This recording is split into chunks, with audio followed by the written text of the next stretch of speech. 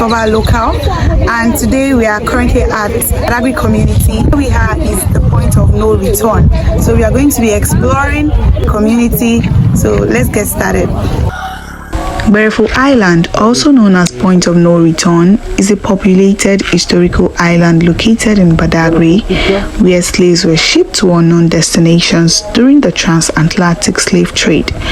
According to Nigerian historians, as many as 10,000 slaves were believed to have been shipped to the Caribbean and Americas between 1518 and 1880. To get to the point of no return, you can either take a public boat or a private boat. You are welcome to Gberefu Island. I think we don't keep slaves on this island. The slaves, they have to keep them on the other side.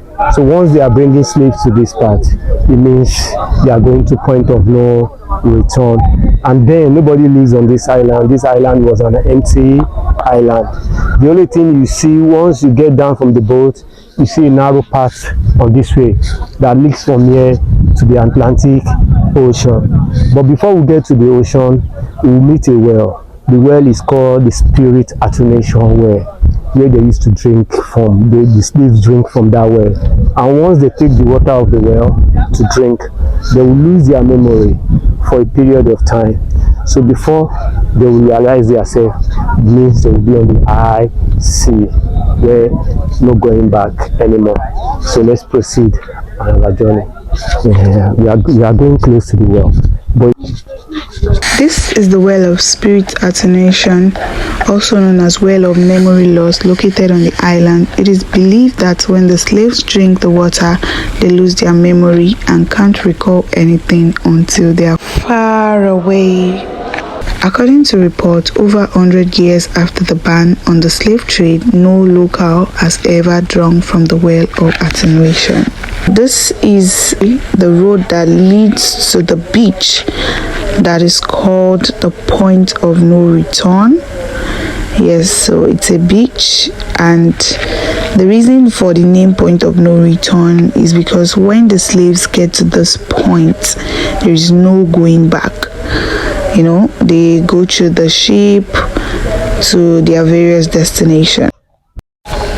Ever since the abolishment of slave trade in Nigeria, the Badagry Point of No Return has been a tourist center for a lot of young people as they come to learn about slave trade.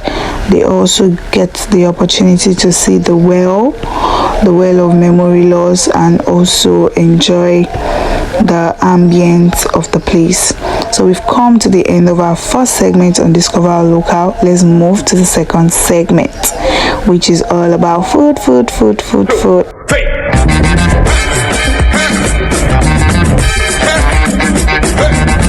Alright, it's time for the second segment, which is the food segment, and we are still in Badagry. One of the food that is so special to Badagry people is the akpara, which is made from corn and cassava. Akpara is also called the egun, pounded yam.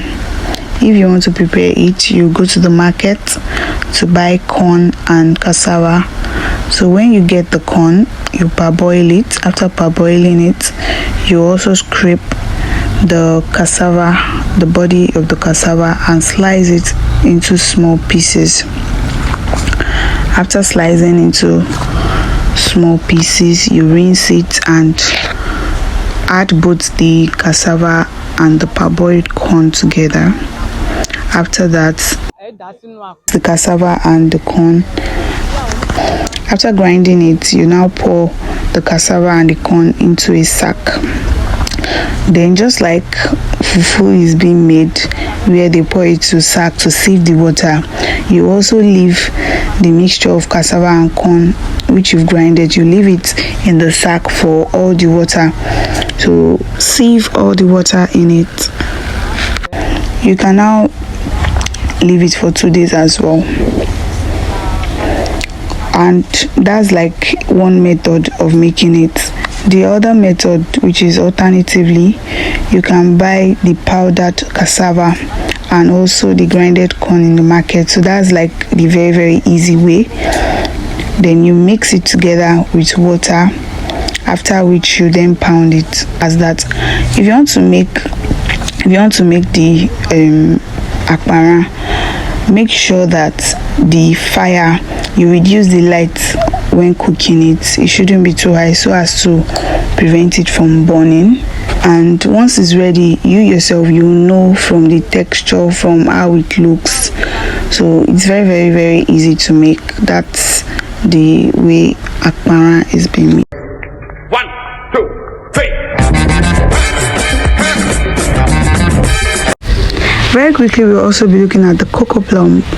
The fruit is usually gotten from this plant, and there's a seed in the fruit which is usually used for pepper soup spice. The cocoa plum is also used for medicinal purpose as it helps in combating cancer. All right, we've come to the end of this episode of Discover Local. Join us next time as we explore the hidden treasures in different communities.